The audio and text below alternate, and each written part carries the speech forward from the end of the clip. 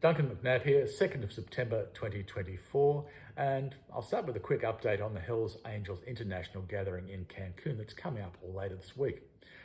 After I posted the story a couple of days ago about this Angelo Pandelli, the Australian Hells Angels boss in exile, who was heading to Mexico for meetings, margaritas, and possibly a bit of mayhem, may not be getting to Mexico. He's just been detained, and that's the word being used, by authorities in Dubai, where he's been living for the last couple of years. It's unclear whether he's been arrested or invited in for a formal chat. I know the Australian police would love to get him back here either voluntarily or under extradition. And the people in Dubai have certainly been talking about clearing out the alleged visiting crooks. Let's see if that talk becomes action. When I hear more, I'll let you know. Now on to one of the most significant events in global criminal history, and the Daily Telegraph headline dubbed it as "The Day Mad Max Came to a Quiet Sydney Suburb." On the 2nd of September, 40 years ago, the outlaw motorcycle gangs, the Bandidos and the Comancheros, put themselves on the front pages around the world for what was variously called the Father's Day Massacre or the Milperra Massacre.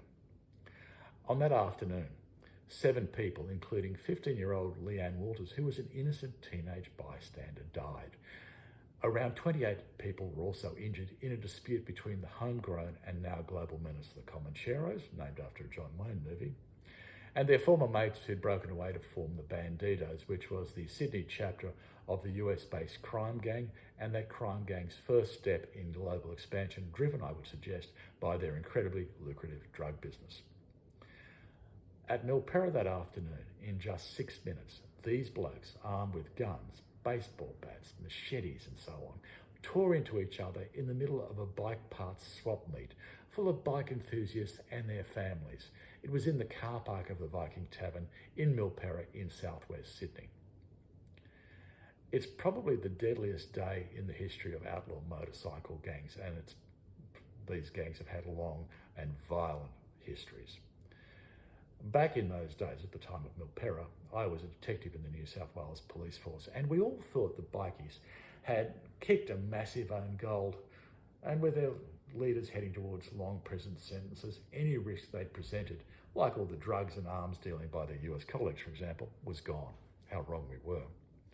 Rather than deter new members, the numbers of aspiring outlaws grew and the gangs grew along with it. In our major cities, it was party time, and the outlaws were there with their products to keep the party going. These products, like ecstasy, for example, were sourced from their own drug labs that they were running throughout the country, or from their mates importing cocaine in massive quantities. Australia has a very lucrative drug market.